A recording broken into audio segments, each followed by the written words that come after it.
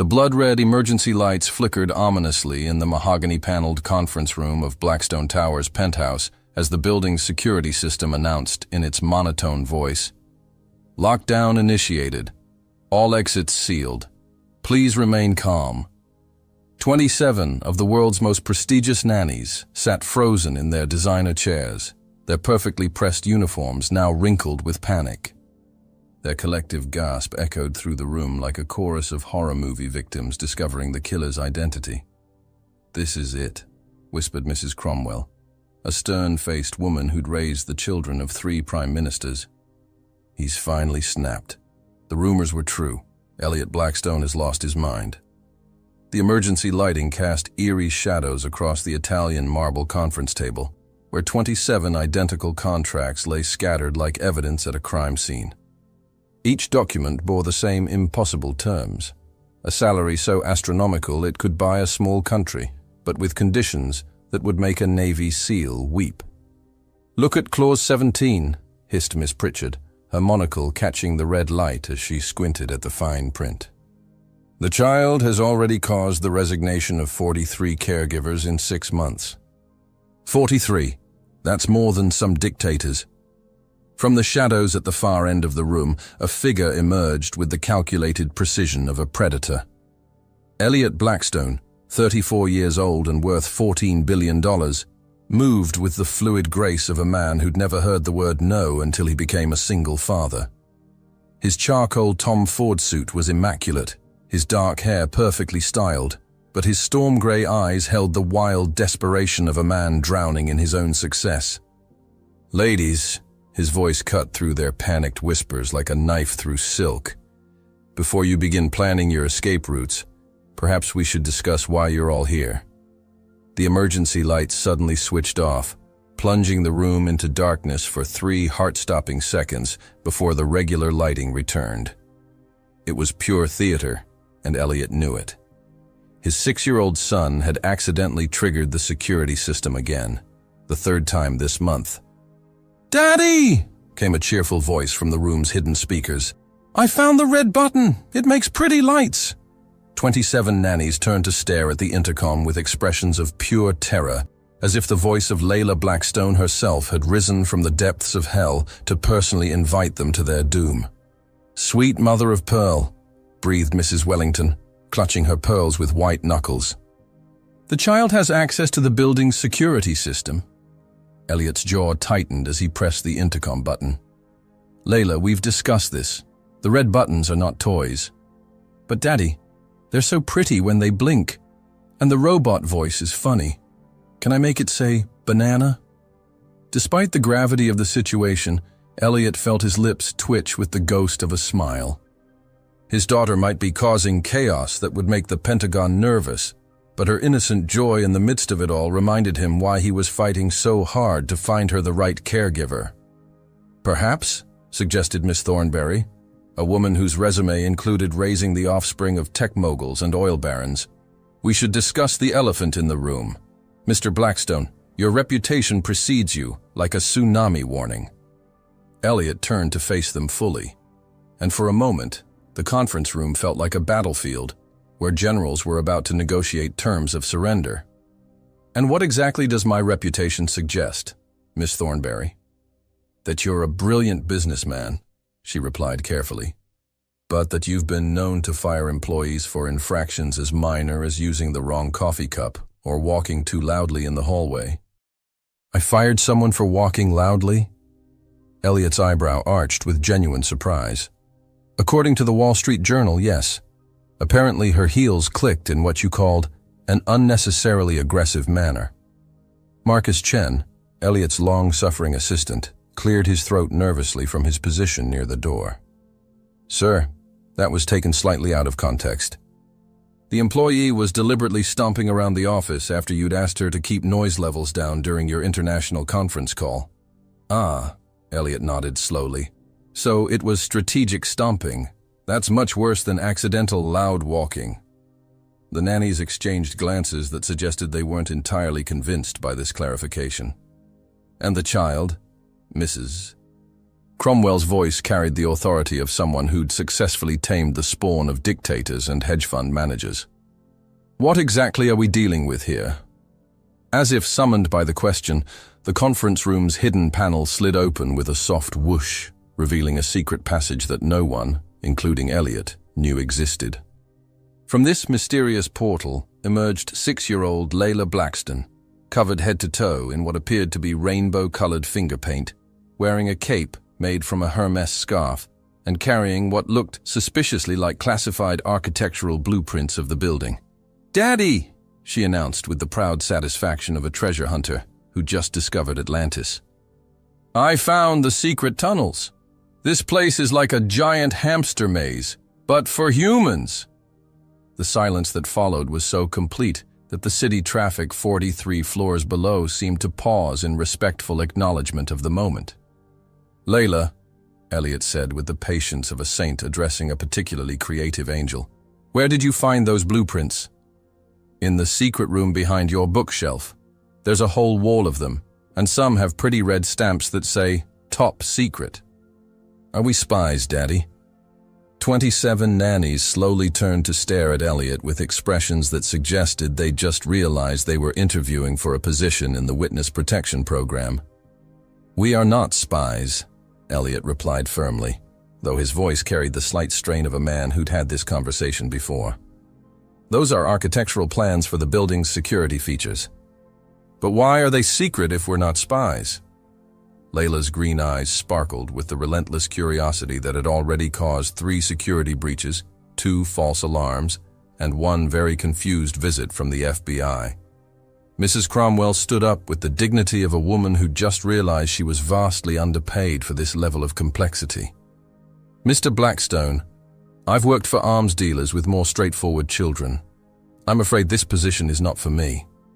Like dominoes falling in perfect sequence, the other nannies began to rise from their chairs, each gathering their belongings with the practiced efficiency of people fleeing a natural disaster. "The salary is truly generous," admitted Miss Pritchard, "but I'm afraid my insurance doesn't cover potential espionage charges." "Or building lockdowns," added Mrs. Wellington, eyeing the emergency lights with suspicion. "Or children who've apparently memorized the building's entire security system," concluded Miss Thornberry. As the parade of rejection reached its crescendo, Elliot felt something he hadn't experienced since his wife's death 3 years ago: complete and utter helplessness. All his money, all his power, all his influence meant nothing when faced with one paint-covered 6-year-old and her ability to terrify the world's most experienced childcare professionals. "Daddy," Layla said softly, tugging on his perfectly pressed trouser leg, "why do all the nanny ladies always leave? Don't they like me?" The question hit Elliot like a physical blow. In that moment, surrounded by fleeing caregivers and emergency lighting, he saw not the brilliant businessman the world feared, but a lost father who'd trade every dollar of his fortune for the chance to give his daughter the stability she deserved. "They don't know you yet, sweetheart," he said, kneeling to her level and gently wiping a streak of blue paint from her cheek. "But someone will. Someone who sees how amazing you are." As the last nanny disappeared through the conference room doors, Marcus approached with his tablet, looking like a general delivering news of a lost battle. "Sir, I've exhausted all the premium agencies. Word has spread through the entire luxury childcare network. They're calling this position the Blackstone Impossibility." Elliot stood, still holding Layla's paint-covered hand, and looked out at the city sprawling below them. Somewhere in those millions of lights was someone who would understand that behind the corporate legend and the mischievous child were just 2 people who needed each other, and someone brave enough to help them figure out how to be a family again. "Then we expand our search," he said finally, "beyond the agencies, beyond the luxury networks. Find someone who needs this job more than they fear our reputation." Marcus nodded, making notes on his tablet. "How far should we cast the net, sir?" Elliot glanced down at Layla, who was now examining her paint-covered fingers with the concentration of a scientist studying a new species. "As far as it takes." The fluorescent lights in the downtown employment office flickered with the same rhythm as Maya Rodriguez's rapidly beating heart. She clutched the crumpled newspaper clipping in her sweaty palm, reading the impossible job posting for the 100th time. Seeking exceptional caregiver for young child. Salary, $150,000 annually. Requirements, patience, creativity, and nerves of steel. The amount was more money than Maya had seen in her entire 26 years of life combined. It was enough to pay off her grandmother's medical bills, fix the leaking roof of their tiny apartment, and maybe, just maybe, finish her interrupted education degree. "Next!" barked the employment counselor, a weathered woman whose nameplate read Gladys Kramer in faded gold letters. Maya approached the desk with the cautious steps of someone who'd learned that good things rarely happen to people from her neighborhood. Her second-hand blazer was pressed to perfection, her resume printed on the nicest paper she could afford, but she couldn't shake the feeling that she was about to be laughed out of the building. "I'm here about the childcare position," Maya said, sliding her resume across the scarred desk. "The Blackstone posting." Gladys looked up from her computer screen with the expression of someone who'd just been asked to arrange a meeting with Bigfoot. "Honey, you and half the desperate women in this city, but let me save you some time.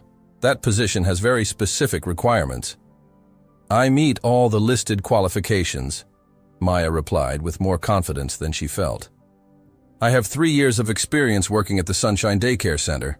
I'm certified in child development, and I—" "Kid," Gladys interrupted, leaning back in her chair with a weary sigh. "Do you have any idea who Elliot Blackstone is?" Maya's research had been thorough, if terrifying.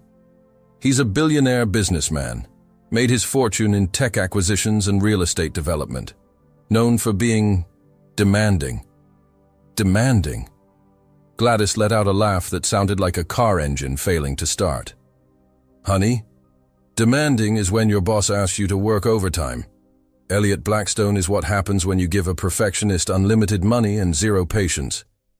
The man once fired his entire marketing team because their presentation slides were in Times New Roman instead of Helvetica." Despite the warning, Maya felt her determination solidify. She'd grown up in the projects of East Brooklyn, where demanding meant dodging bullets on the way to school, and demanding meant choosing between groceries and rent. How bad could one wealthy man and his child really be? "I'd still like to apply," she said firmly. Gladys studied her with new interest, like a scientist examining an unusual specimen. "You're either very brave or very stupid, possibly both." She opened a drawer and pulled out a form that looked more like a government security clearance application than a job interview request. "Fill this out completely, and I mean completely. They'll check everything down to your elementary school attendance records." As Maya began filling out the extensive paperwork, Gladys continued her cautionary tale. "The kid's name is Layla, 6 years old, lost her mother 3 years ago in a car accident.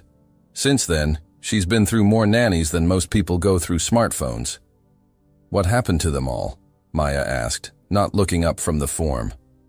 "Well, let's see." Gladys consulted her computer screen with the enthusiasm of someone reading obituaries. "Nanny number 1 quit after the kid locked her in the wine cellar for 4 hours. Number 2 left when she found Layla rappelling down the side of the building using bedsheets. Number 3 made it exactly 18 minutes before running out screaming something about demonic possession and calling a priest." Maya's pen paused mid-signature. 18 minutes? That's actually not the record. Nanny number 15 lasted only 12 minutes, but she had the advantage of previous intelligence reports from the earlier casualties. "How many have there been total?" 47 confirmed resignations, 12 stress-related medical leaves, and 3 who simply vanished without explanation. We're calling them the Lost Battalion of Blackstone Tower. Any sane person would have stood up, walked out, and never looked back. But Maya had learned long ago that sanity was a luxury she couldn't afford. Her grandmother needed surgery, their landlord was threatening eviction, and her student loans were accumulating interest faster than she could count. "When can I interview?" she asked, signing the final page with a flourish. Gladys stared at her with something approaching respect. "You're serious about this? Dead serious? Even after everything I just told you?" "Especially after everything you just told you," Maya leaned forward, her dark eyes blazing with determination. Look, I've dealt with difficult children before. I once talked a 5-year-old off a jungle gym who'd barricaded himself up there with 3 juice boxes and a bag of goldfish crackers. He'd declared independence from kindergarten and was prepared to establish his own nation. And? 2 hours later, he was napping peacefully after we negotiated a treaty that included extra recess time and the right to wear his superhero cape during circle time. For the first time since Maya had walked in, Gladys smiled. You know what? You might just be crazy enough to survive this job. She reached for her phone. I'm calling Marcus Chen. He's Blackstone's assistant. Fair warning, he's going to try to talk you out of this too. As Gladys dialed, Maya felt a familiar flutter of nervous excitement in her stomach. It was the same feeling she'd had before every major challenge in her life. The day she'd stood up to the school bullies, the night she'd walked across the stage to receive her high school diploma, despite everyone saying she'd never make it, the morning she'd decided to pursue her teaching degree against all odds. Marcus, it's Gladys from the employment office. Yes, I know it's been a quiet week. No, the position is still posted, because I have someone here who might actually be interested. No, she's not running away screaming. Her name is Maya Rodriguez, and she wants to interview today if possible. Maya could hear the muffled sound of surprised conversation from the other end of the line. Yes, today. No, I haven't told her about the incident with the fire department last week. Maya, he wants to know if you're aware that the position involves potential exposure to glitter, finger paint, and what he's calling creative architectural modifications to the living space. I'm not afraid of glitter, Maya replied with a grin. She says she's not afraid of glitter, Gladys repeated into the phone. Marcus, I think you should meet this one. Okay, I'll send her over. Gladys hung up and turned to Maya with an expression that was equal parts admiration and concern. Congratulations, you've got an interview in 1 hour. Blackstone Tower, 43rd floor. Ask for Marcus Chen. Maya stood, smoothing down her blazer with hands that trembled slightly with anticipation. Any last-minute advice? Yeah, Gladys said, her voice gentler now. Don't let them intimidate you. Underneath all that money and power, Elliot Blackstone is just a dad trying to figure out how to raise his little girl. And that little girl? She's not a monster. She's just a kid who's lost her mom and doesn't know how to handle all the feelings that come with that. As Maya walked toward the door, Gladys called out one final warning. And Maya, whatever you do, don't touch any red buttons. Apparently they're connected to the building's security system, and the last time someone pressed one, the FBI showed up asking questions about potential terrorist activity. Maya paused at the door, her hand on the handle. Good to know. Any other security features I should be aware of? Well, rumor has it the kid has figured out how to access the building's intercom system, the elevator controls, and possibly the sprinkler system. Oh, and she may have taught herself to pick locks using YouTube tutorials. A resourceful child, Maya mused. I like that in a student. Student? Gladys raised an eyebrow. I used to want to be a teacher, Maya explained, before life got in the way. Maybe this is my chance to get back to that dream, just with a classroom of one. As Maya stepped out into the bustling streets of Manhattan, she felt the familiar weight of her grandmother's rosary in her pocket, a reminder of the woman who'd raised her to be strong, compassionate, and never back down from a challenge. Blackstone Tower loomed ahead of her like a glass and steel mountain, its 43 floors stretching toward the clouds. Somewhere up there, a lonely billionaire and his mischievous daughter were about to meet someone who wouldn't run away at the first sign of trouble. Maya Rodriguez had never been one to run from anything. The elevator to the 43rd floor of Blackstone Tower moved with the silent precision of a space shuttle, but Maya's stomach felt like it was riding a rickety carnival ride. Through the glass walls, Manhattan sprawled below her like a glittering circuit board, each light representing dreams, ambitions, and bank accounts she could barely imagine. Floor 43, Executive Offices, announced the elevator's sultry automated voice, as if it were personally introducing Maya to her destiny. The doors slid open to reveal a reception area that looked like it had been designed by someone who thought the Palace of Versailles needed more marble and fewer tourists. Crystal chandeliers hung from a ceiling so high it practically required its own weather system, and the furniture looked like it cost more than most people's cars. Behind a desk that could have doubled as a small aircraft carrier sat Marcus Chen, Elliot Blackstone's assistant. He was younger than Maya had expected, probably in his early 30s, with the kind of perfectly organized appearance that suggested he color-coded his sock drawer and alphabetized his grocery lists. Ms. Rodriguez. Marcus stood with the practiced efficiency of someone who had perfected the art of crisis management. I have to admit, I'm surprised you actually showed up. Should I be offended or impressed that you're surprised? Maya asked, extending her hand with a smile that had charmed teachers, social workers, and even the notoriously grumpy superintendent of her apartment building.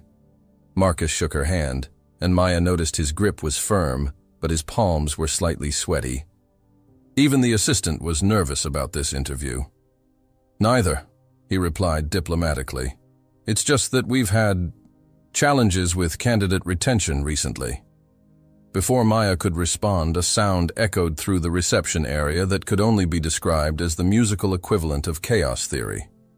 A symphony of crashes, giggles, and what sounded suspiciously like a foghorn. Marcus closed his eyes and took a deep breath that suggested he was counting to 10 in multiple languages. That would be Layla's current project. She's discovered the building's emergency communication system. "Attention Blackstone Tower residents," boomed a cheerful 6-year-old voice through the building's speakers. "This is your captain speaking. We are experiencing some turbulence due to Daddy being grumpy about nanny interviews. Please keep your seatbelts fastened and your snacks handy."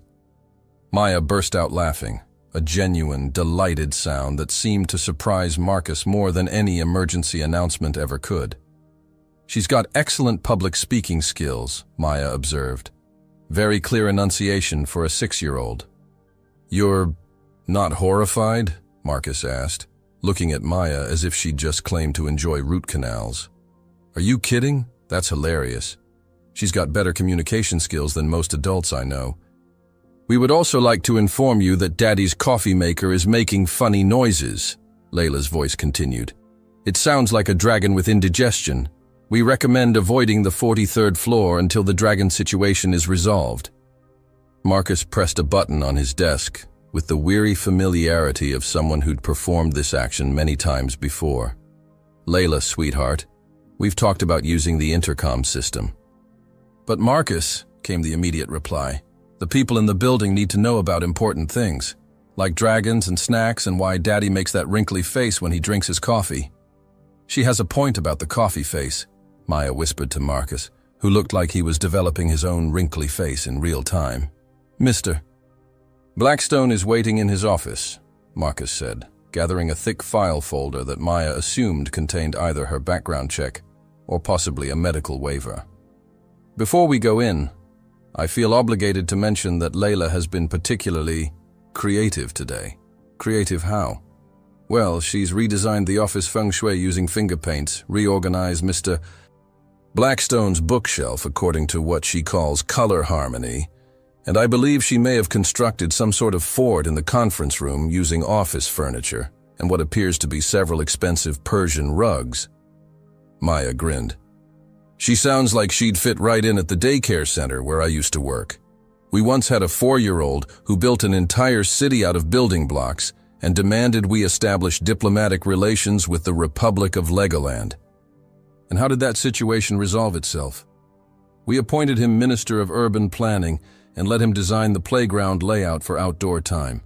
Best decision we ever made. The kids loved his obstacle course design." Marcus stared at her with the expression of someone who'd just witnessed a miracle. "You negotiated with a 4-year-old?" "Marcus, the secret to working with children isn't controlling them. It's understanding that they're just tiny humans with big emotions and creative problem-solving skills. Sometimes their solutions are better than ours."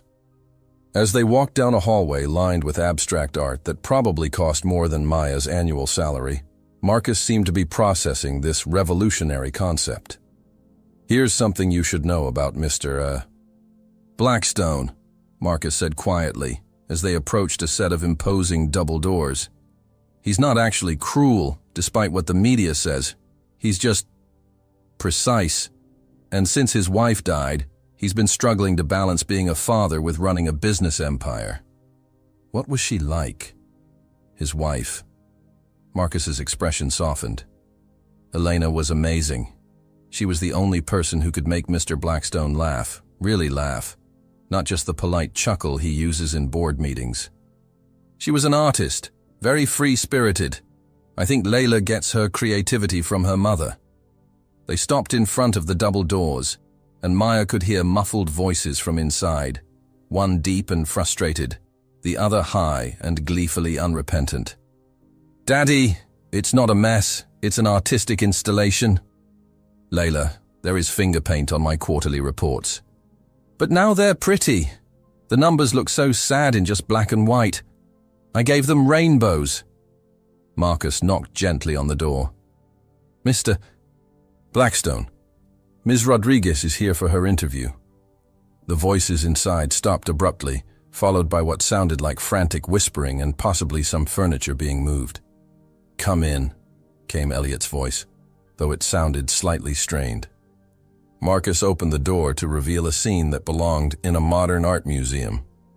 If modern art museums specialized in depicting the aftermath of creative hurricanes. Elliot Blackstone stood behind his massive mahogany desk, his usually perfect appearance slightly disheveled. His tie was askew, there was a small handprint of blue paint on his shirt sleeve, and his dark hair looked like he'd been running his fingers through it in frustration.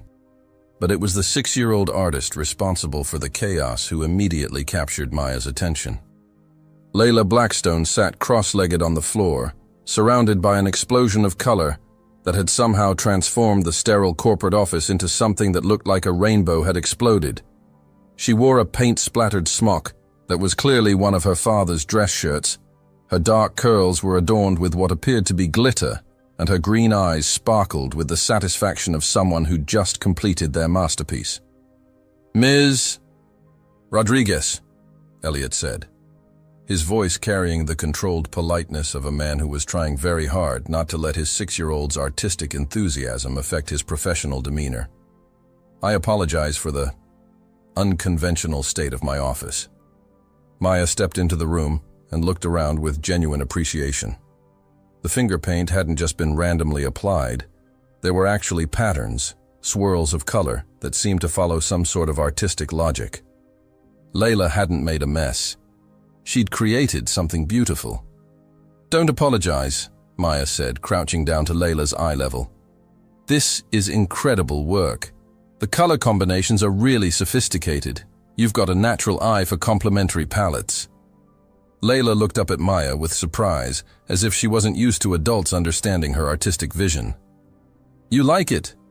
Daddy says it's a mess." "Your daddy is wrong," Maya said conspiratorially, loud enough for Elliot to hear. "This isn't a mess. This is what happens when someone with real artistic talent gets inspired. Though next time, we might want to use paper instead of quarterly reports." Elliot cleared his throat, and Maya looked up to find him staring at her with an expression she couldn't quite read.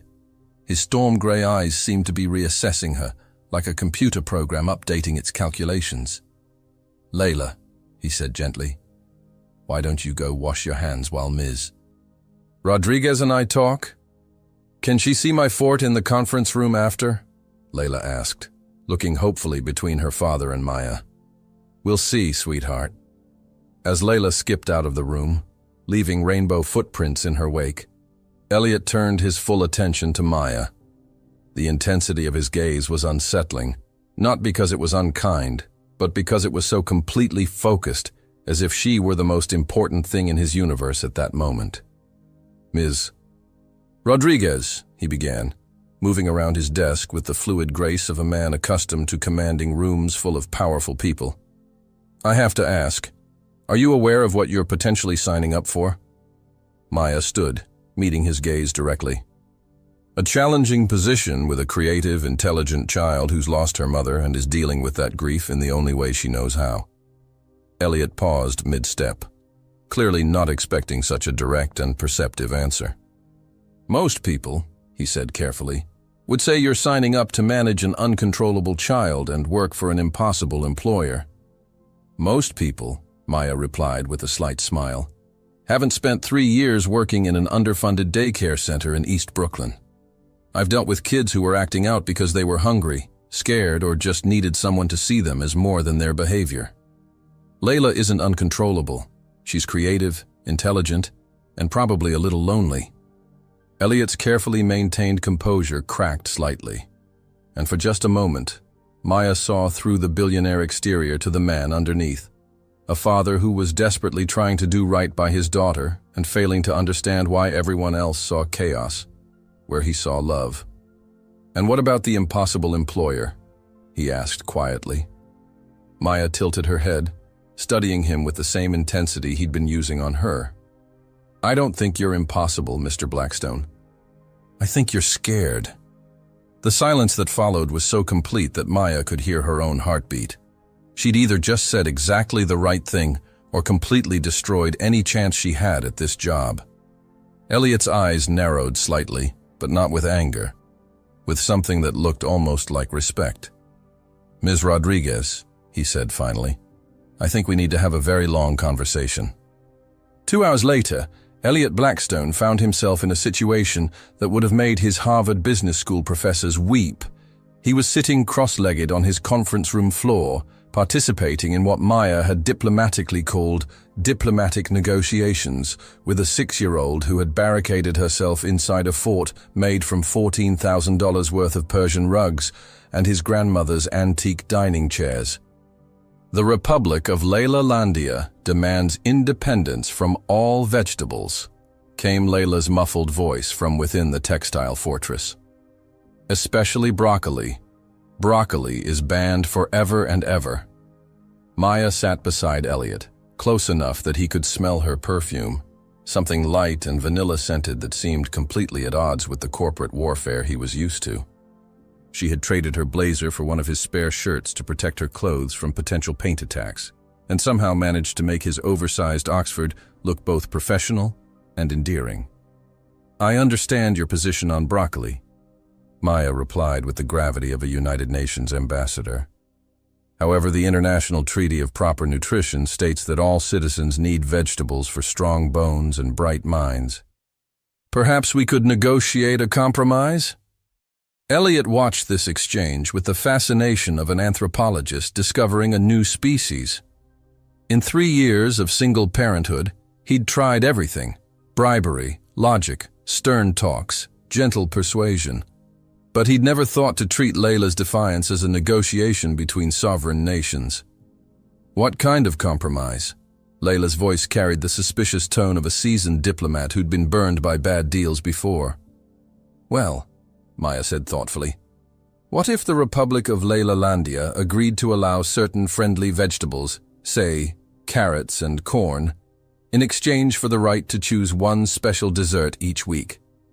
There was a long pause from inside the fort, followed by intense whispering that Elliot realized was Layla consulting with her stuffed animals, who apparently served as her cabinet of advisors. "The Minister of Teddy Bears says carrots are acceptable because they're orange like his fur," Layla announced finally. "But corn has to be the kind with butter, not the sad naked corn." "Buttered corn is completely acceptable," Maya agreed solemnly. "And what about the dessert clause?" "Ice cream," came the immediate reply, "but not the fancy adult kind with weird flavors. Real ice cream with chocolate chips and gummy bears." Elliot leaned closer to Maya, his voice barely above a whisper. "She's never negotiated before. Usually she just explodes." Maya turned to look at him, and suddenly Elliot was acutely aware of how close they were sitting. Her dark eyes held flecks of gold that caught the afternoon light streaming through the conference room windows, and when she smiled, it was like watching sunrise after the longest night of his life. "She's not exploding," Maya whispered back. "She's communicating. There's a difference." "Daddy," Layla's voice suddenly boomed from the fort. "Are you whispering about me in there?" "No, sweetheart," Elliot called back, though his face flushed slightly at being caught.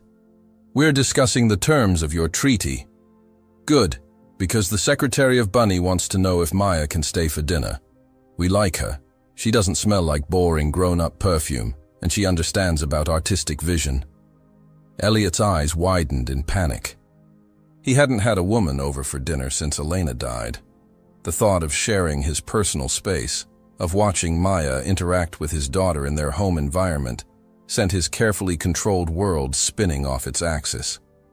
"Oh, I don't want to impose," Maya said quickly, clearly sensing his discomfort. "I'm sure you have plans, and I should probably—" Maya Rodriguez of the land of understanding people. Layla's voice interrupted with royal authority. "The Republic of Layla Landia formally invites you to a state dinner. Refusing would be an act of war." Maya looked at Elliot with raised eyebrows. "I think I've been diplomatically cornered." Elliot found himself at a crossroads that had nothing to do with business and everything to do with the way Maya's laughter made something tight in his chest loosen for the first time in years. "If you're being held hostage by international law," he said carefully, "then I suppose we have no choice. Though I should warn you, our chef quit last week after the Great Spaghetti Incident." What happened during the Great Spaghetti Incident? Layla decided to test whether different types of pasta would stick to the ceiling at different rates. The kitchen looked like a crime scene from a very specific episode of CSI, Italian Restaurant. Maya's laughter was infectious, and Elliot felt his own lips tugging into a smile. A real one, not the practiced expression he wore for board meetings and charity galas. "I heard that," Layla called from her fort. "And it was a very important scientific experiment. The angel hair pasta had the best aerodynamics." "She's not wrong," Maya admitted. "Angel hair is definitely more ceiling adhesive than rigatoni." Elliot stared at her. "You're actually encouraging her scientific pasta experiments?" "Elliot," Maya said, using his first name for the first time, and the sound of it in her voice did strange things to his heartbeat. "Your daughter is curious, creative, and intelligent. Those are amazing qualities, not problems to be solved." Before Elliot could respond, the fort began to rustle with movement, and Layla emerged like a butterfly from a very expensive cocoon. Her hair was now adorned with what appeared to be paperclips fashioned into tiny crowns, and she carried a stuffed rabbit wearing a cape made from a silk pocket square. Elliot was fairly certain had cost more than most people's monthly rent. "Secretary Bunny has approved the dinner invitation," Layla announced formally. "But he wants to know if Maya knows how to make grilled cheese sandwiches that look like dinosaurs." Maya looked from Layla to Elliot, her expression serious. "That depends. Are we talking about accurate paleontological representations or more artistic interpretations of dinosaur shapes?" Layla's eyes went wide with the reverence usually reserved for discovering buried treasure.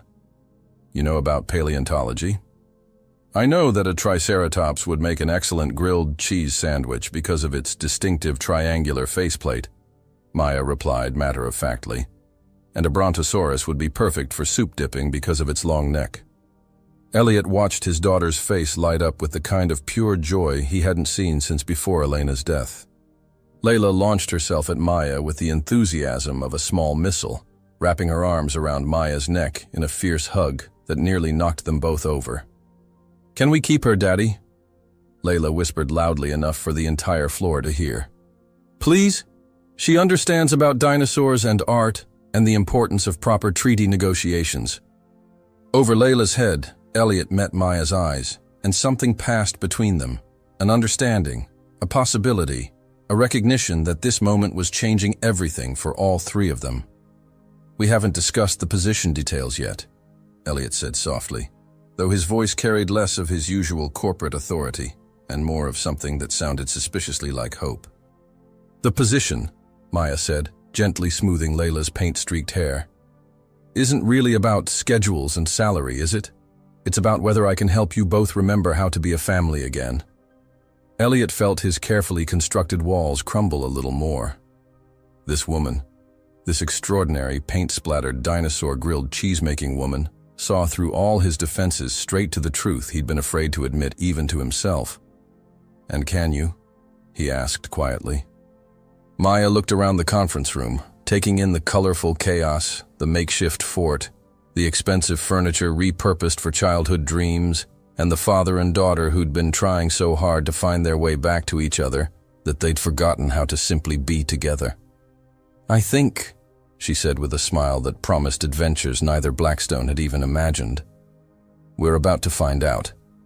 Layla cheered and began an impromptu victory dance that involved interpretive movements she claimed represented the joy of finding the perfect nanny who understands the complexities of republic building and sandwich paleontology.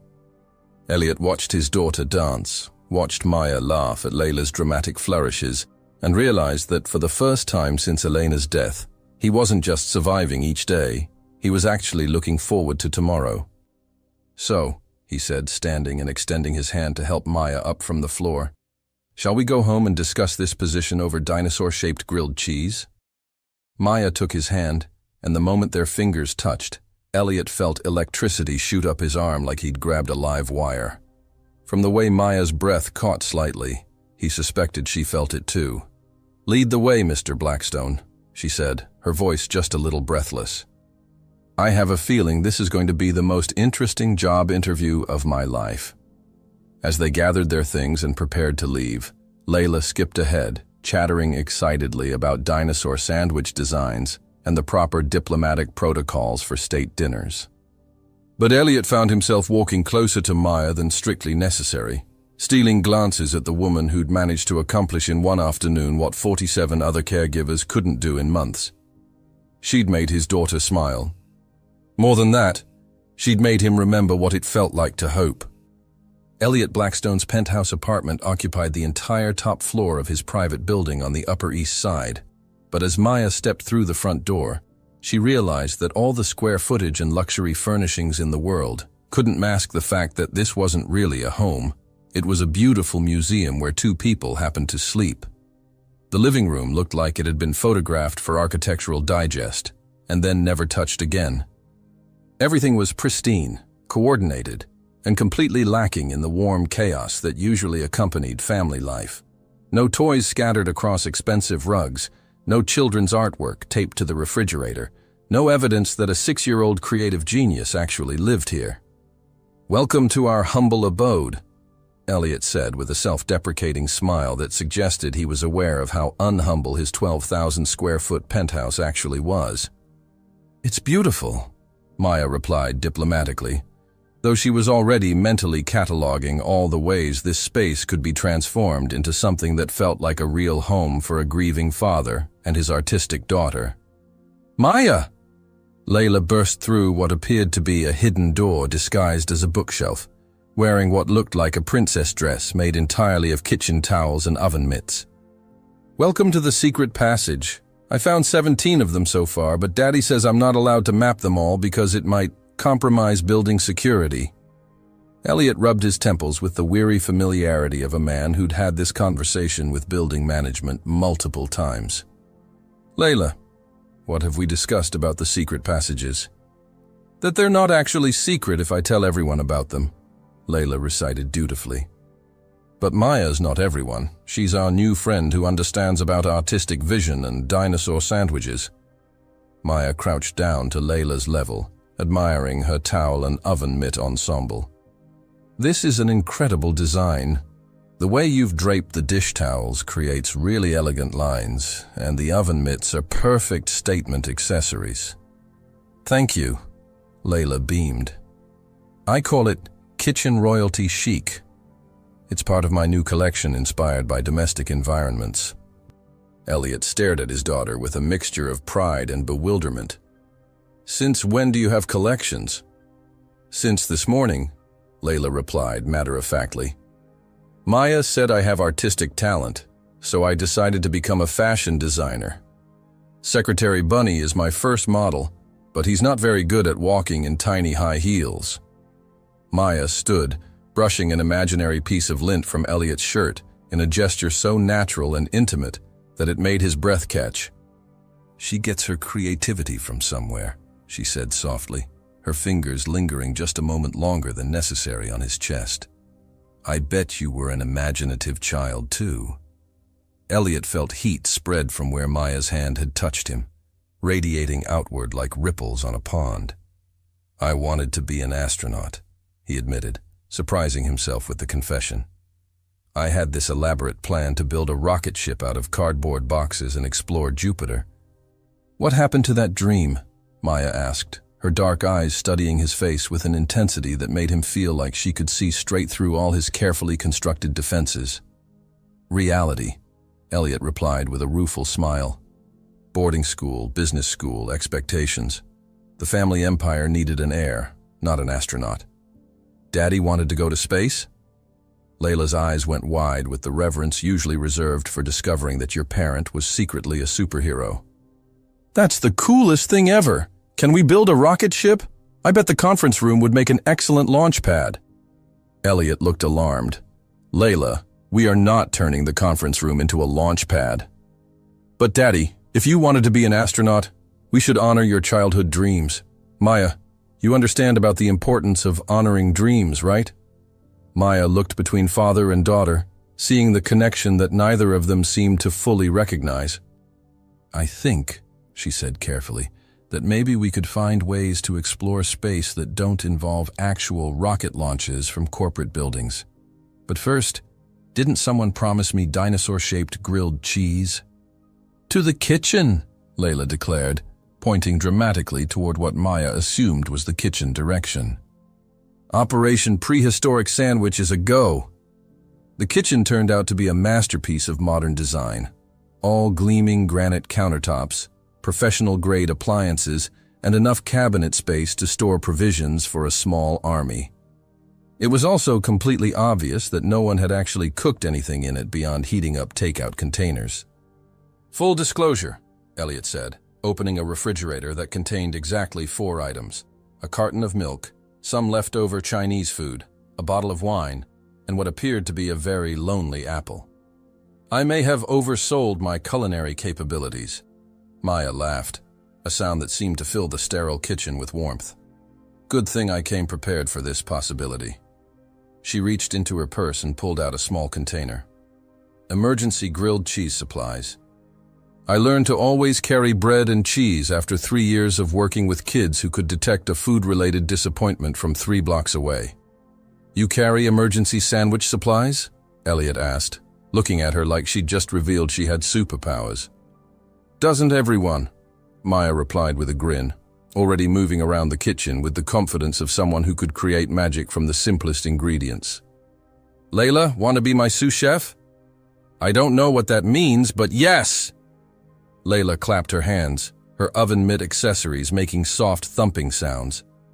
Elliot watched from the kitchen island as Maya and his daughter began what could only be described as a choreographed dance of sandwich preparation. Maya showed Layla how to butter the bread just right, how to layer the cheese for optimal melting, and most importantly, how to use cookie cutters to create dinosaur shapes that would make any paleontologist proud. "The key to a perfect grilled cheese," Maya explained with the seriousness of a master chef revealing ancient secrets, "is patience and the right amount of heat. Too hot, and the outside burns before the cheese melts. Too cool, and you get sad, unmelty cheese." "Fuss sad cheese is a tragedy," Layla agreed solemnly. "All cheese deserves to be melty and happy." Elliot found himself mesmerized not just by the domestic scene unfolding before him, but by the way Maya moved through his space like she belonged there. She'd rolled up the sleeves of his shirt she was still wearing, revealing delicate wrists and forearms that she gestured with as she talked.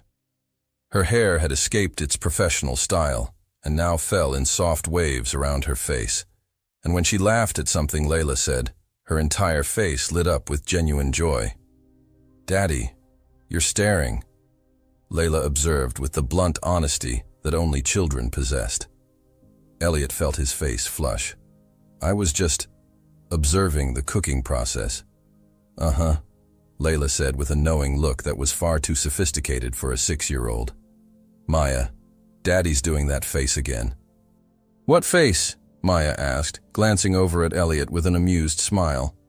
"The face he makes when he likes something but doesn't want to admit it," Layla explained helpfully. Like when he pretends he doesn't want to watch princess movies with me but then knows all the words to the songs. Layla, Elliot protested, his embarrassment deepening. It's okay, Daddy. Layla patted his arm consolingly. I like Maya too. She smells like vanilla and understanding. Maya laughed, and the sound made Elliot's heart do something acrobatic in his chest. Vanilla and understanding? That's the nicest compliment I've ever received. As the sandwiches sizzled in the pan, filling the kitchen with the homey scent of melting cheese and toasted bread, Elliot realized that this was the first time his apartment had actually felt like a home since Elena died. The sterile perfection had been replaced by flower handprints on the granite counters, the sound of genuine laughter, and the warmth that came from people who actually cared about each other sharing a meal. Voila, Maya announced, sliding perfectly golden dinosaur-shaped sandwiches onto plates. One triceratops for our paleontology expert, one brontosaurus for our space explorer, and one stegosaurus for our fashion designer. Layla examined her sandwich with the critical eye of a food critic. The spikes on the stegosaurus are perfectly proportioned. This is professional-level sandwich artistry. Elliot took a bite of his brontosaurus and nearly groaned with pleasure. This is incredible. How did you make a grilled cheese sandwich taste like love? Maya suggested softly, her eyes meeting his across the kitchen island. The word hung in the air between them, loaded with possibility and promise. Elliot felt his carefully controlled world tilt on its axis as he realized that this woman, this extraordinary, beautiful dinosaur sandwich-making woman, had somehow managed to slip past every defense he'd built around his heart. Like home, he said quietly, his voice rough with emotion he wasn't quite ready to name. Maya's breath caught, and for a moment the kitchen fell silent except for the soft sounds of Layla humming to herself as she arranged her sandwich spikes in perfect, symmetrical order. Maya, Elliot began, but was interrupted by the sound of his phone buzzing with what he knew would be the first of many work-related emergencies. Don't answer it, Maya said impulsively, then blushed at her own boldness. I mean, unless it's actually urgent. It's just, this is nice.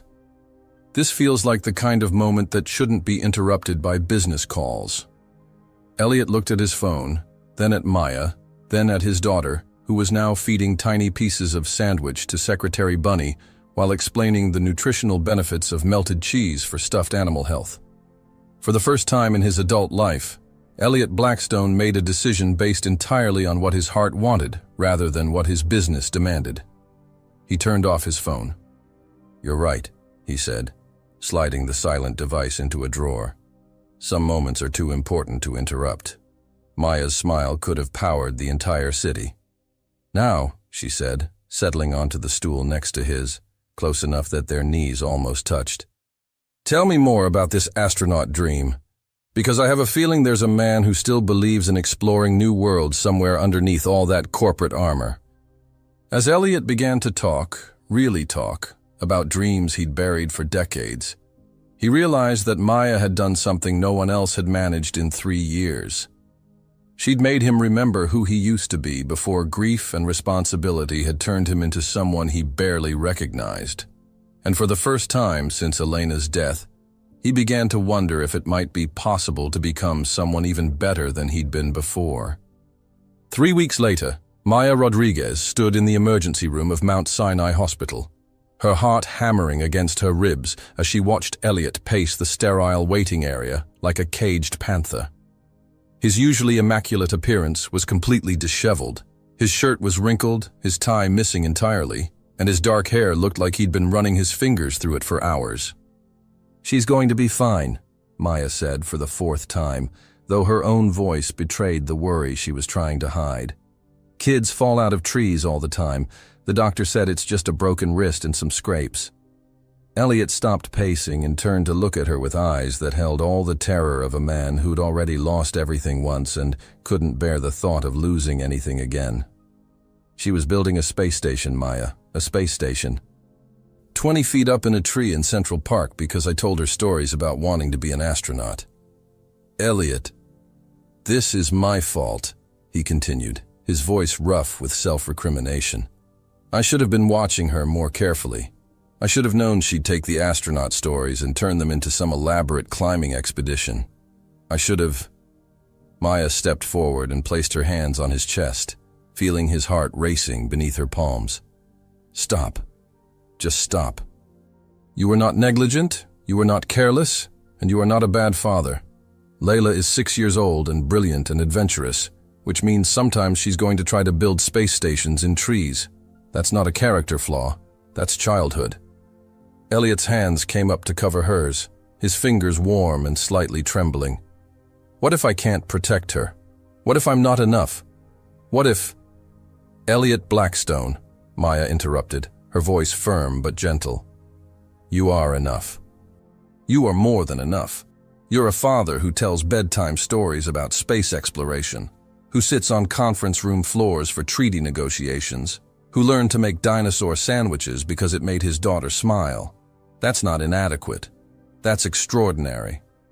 They stood there in the harsh fluorescent lighting of the hospital waiting room, foreheads almost touching, breathing the same air, and Maya realized that somewhere in the past 3 weeks of daily adventures, elaborate art projects, and quiet moments after Layla had gone to bed, she'd fallen completely and utterly in love with both of the Blackstone hearts she'd been hired to help heal.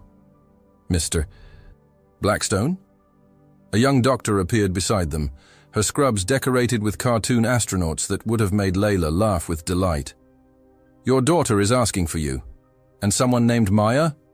She's very insistent that her diplomatic advisor needs to approve her cast color choice." Elliot's relief was so palpable that Maya felt her own tension release like a held breath. "She's really okay?" "She's more than okay," the doctor smiled. "She's already redesigned the cast application process and suggested several improvements to our pediatric ward's entertainment system. I think you're raising a future CEO. Or a future astronaut," Maya added softly, squeezing Elliot's hand. They followed the doctor down the bright hallway to Layla's room, where they found their favorite 6-year-old holding court like a tiny empress.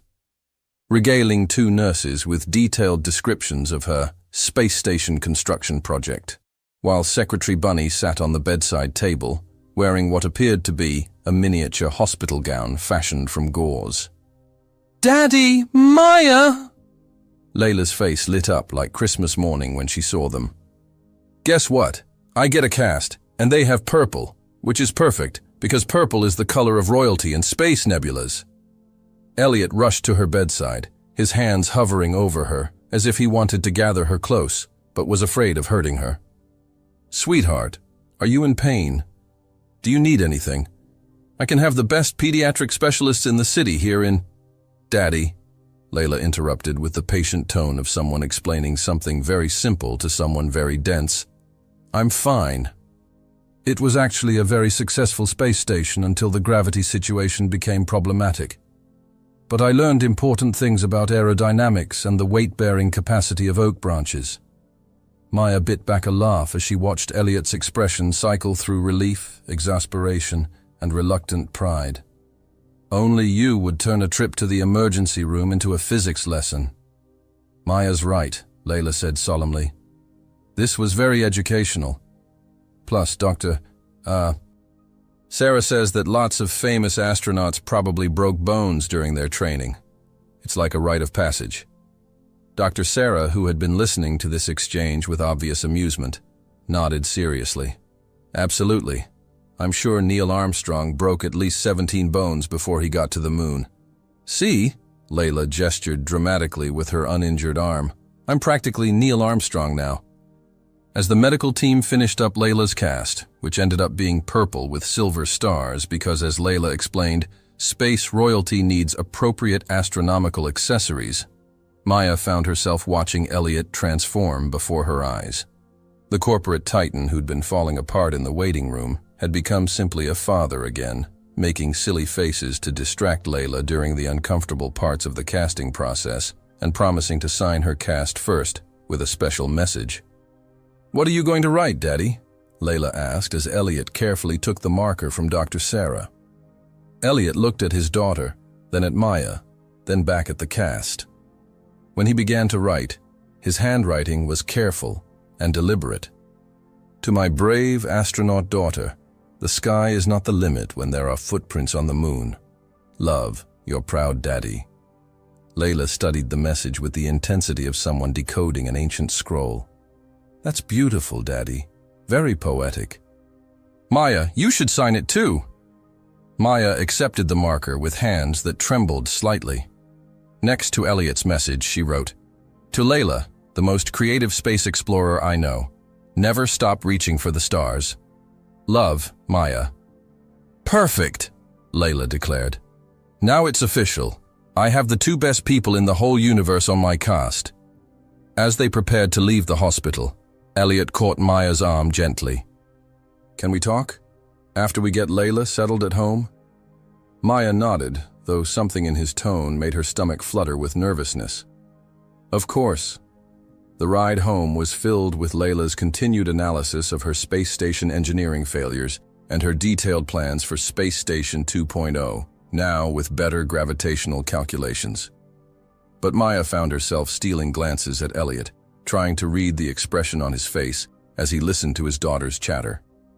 Back at the penthouse, they settled Layla on the living room couch with enough pillows to build her own fort, her favorite movies queued up, and strict instructions to rest her injured arm. Secretary Bunny was positioned as Chief Medical Officer, with authority to monitor patient compliance. Maya, Elliot said quietly, could we talk on the terrace? The terrace wrapped around the entire penthouse, offering a panoramic view of Manhattan that usually took Maya's breath away. Tonight, however, she barely noticed the glittering skyline. Elliot stood at the railing, his hands gripping the metal so tightly his knuckles were white. Today scared me more than I've been scared since Elena died, he said without turning around. Not just because Layla was hurt, but because I realized how much I've come to depend on you, how much we both have. Maya felt her heart sink. This sounded like the beginning of a speech about how she'd become too important, too central to their lives. How maybe it would be better if... I'm in love with you. The words hit Maya like a physical force, and she actually took a step backward. What? Elliot turned to face her, and the vulnerability in his eyes was so raw, so complete, that Maya felt her own heart crack open. I'm in love with you, Maya Rodriguez. I'm in love with the way you see beauty in finger paint chaos and negotiate treaties with 6-year-old Republicans. I'm in love with how you make grilled cheese sandwiches like love letters and how you convinced me to remember that I used to dream about exploring Jupiter. Maya stared at him, her mind reeling. Elliot. I know it's complicated, he continued, the words tumbling out like he'd been holding them back for weeks. I know I'm your employer, and you probably think this is just some billionaire power dynamic nonsense, but it's not. It's never been about the money or the job or any of that. It's about the fact that you walked into our lives and made us remember how to be a family again. Maya felt tears prick her eyes. I can't. Elliot, I work for you. This is... Then you're fired, Elliot said immediately. What? You're fired. Effective immediately. I'll pay you for the full year we agreed on, plus a bonus, plus whatever you need to find another position. Consider it a very generous severance package. Maya stared at him in shock. You're firing me because you're in love with me. I'm firing you because I want to date you without any weird power imbalances. I want to take you to dinner and hold your hand in public and introduce you to people as my girlfriend, not my daughter's nanny. I want to wake up next to you and argue about what to watch on Netflix and have you tell me when I'm being too much of a control freak about business things. Maya felt laughter bubble up in her chest, mixing with tears and disbelief, and a joy so pure it was almost painful. You want to fire me so you can date me? It seemed like the most straightforward approach, Elliot said, his own smile breaking through his nervousness. I've been told I tend to overthink things. Elliot, Maya said softly, stepping closer to him. I'm in love with you too. The relief that washed over his face was so complete that Maya couldn't help but laugh. Really? Really? I'm in love with you and your daughter and your terrible coffee-making skills and the way you turn off your phone during dinner because you've learned that some moments are too important to interrupt." Elliot reached for her then, his hands cupping her face with a gentleness that made her heart race. "So is this the part where I kiss you?" "Elliot Blackstone," Maya said, standing on her tiptoes to close the distance between them. "This is definitely the part where you kiss me." When their lips met, it was like coming home and going on an adventure at the same time. Elliot kissed her with 3 weeks' worth of held-back longing, and Maya kissed him back with every ounce of love she'd been afraid to admit she felt. They broke apart only when they heard the sound of enthusiastic applause from the living room. "Finally!" came Layla's voice through the open terrace doors. "Secretary Bunny and I were wondering when you two were going to figure it out. We've been planning the wedding for weeks." Elliot and Maya looked at each other and burst into laughter. "Wedding?" Elliot called back to his daughter. "Obviously, Maya's perfect for us. She understands about artistic vision and dinosaur sandwiches and space exploration. Plus, she makes you do that smiley face instead of the grumpy face all the time." Elliot pulled Maya closer, resting his forehead against hers. "Well," he murmured, "she does have a point about the smiley face." "Is that a proposal, Mr. Blackstone?" Maya teased. "Give me a few months to do it properly," Elliot replied, his eyes sparkling with mischief and promise. "I'm thinking something involving dinosaur-shaped engagement rings and a proposal written in finger paint." "Perfect," Maya laughed, kissing him again. "I wouldn't expect anything less from the man who learned to negotiate with 6-year-old republics."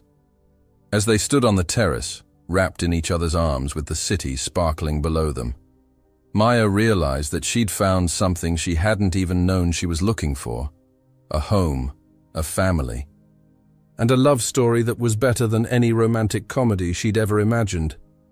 Inside, Layla was already planning their future with the enthusiasm of someone who just successfully engineered the perfect happy ending. And for the first time in years, both Elliot and Maya Blackstone, because Maya had a feeling that name change was inevitable, were looking forward to every single tomorrow. 6 months later, the Blackstone family's first annual Space Station Building Contest was held in Central Park, but this time with proper safety equipment, engineering supervision, and a medical team on standby. Layla, now 7, and sporting a collection of adventure-related scars she wore like badges of honor, won first place with her Intergalactic Diplomatic Embassy, which featured working communication systems and a designated landing pad for visiting alien ambassadors. Elliot proposed during the victory ceremony, presenting Maya with a ring he'd designed himself, a stunning diamond constellation that Layla had helped plan down to the smallest star-shaped accent stones. Maya said yes, before he'd even finished asking the question. Their wedding 6 months later was a small affair, held in the same penthouse where they'd first fallen in love over dinosaur-shaped grilled cheese sandwiches. Layla served as both maid of honor and chief wedding planner, ensuring that the ceremony included proper diplomatic protocols, finger paint decorations, and a reception menu that featured grilled cheese dinosaurs alongside the more traditional wedding fare.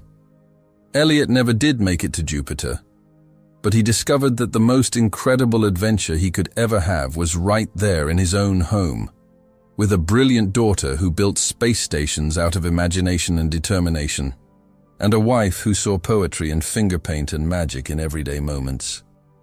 And Maya? She finally got her classroom of 1, which eventually became a classroom of 3 when the Blackstone twins arrived 2 years later, already showing signs of their sister's creative genius and their parents' adventurous spirits.